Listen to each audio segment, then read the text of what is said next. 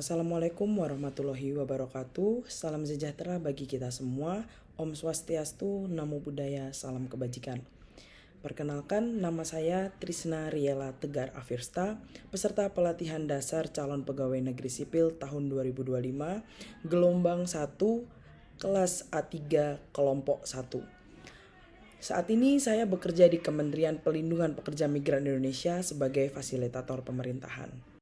Pada kesempatan kali ini saya akan menyampaikan rangkuman serta implementasi dari wawasan kebangsaan dan nilai-nilai bela negara, analisis isu kontemporer dan kesiapan bela negara.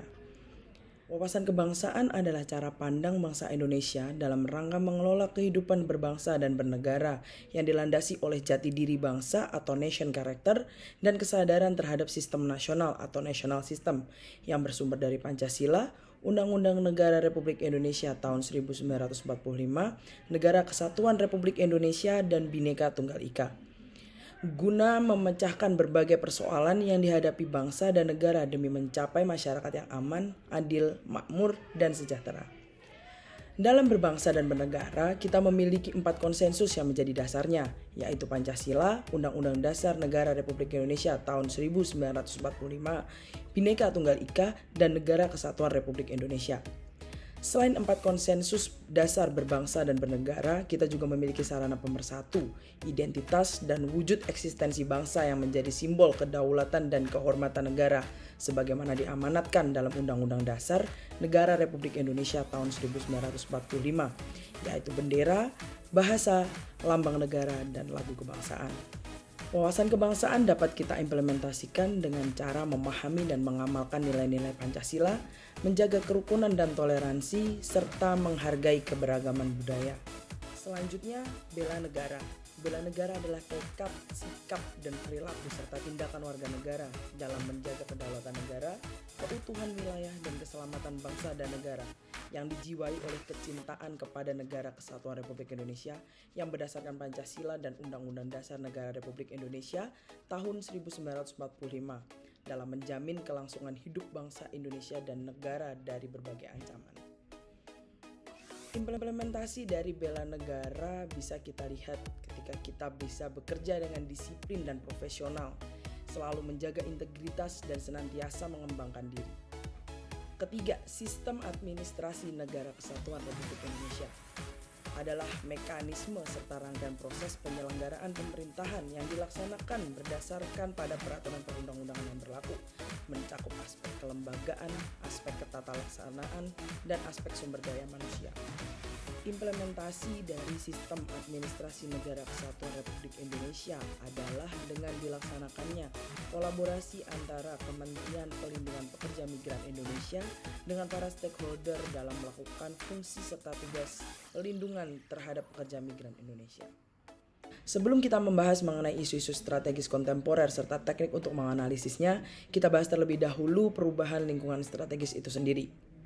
Perubahan merupakan fenomena yang tidak dapat dihindari dalam peradaban manusia.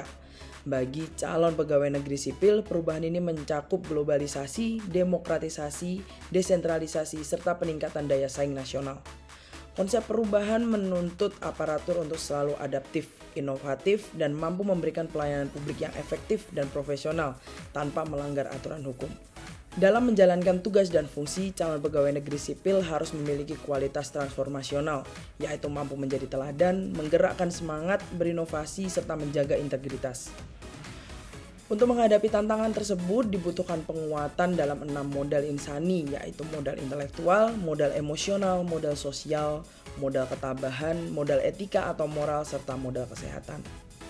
Beberapa isu strategis yang ada di sekitar calon pegawai negeri sipil diantaranya adalah korupsi, narkoba, terorisme dan radikalisme, pencucian uang atau money laundering, proxy war, kejahatan mass communication seperti cybercrime, hate speech, dan hoax.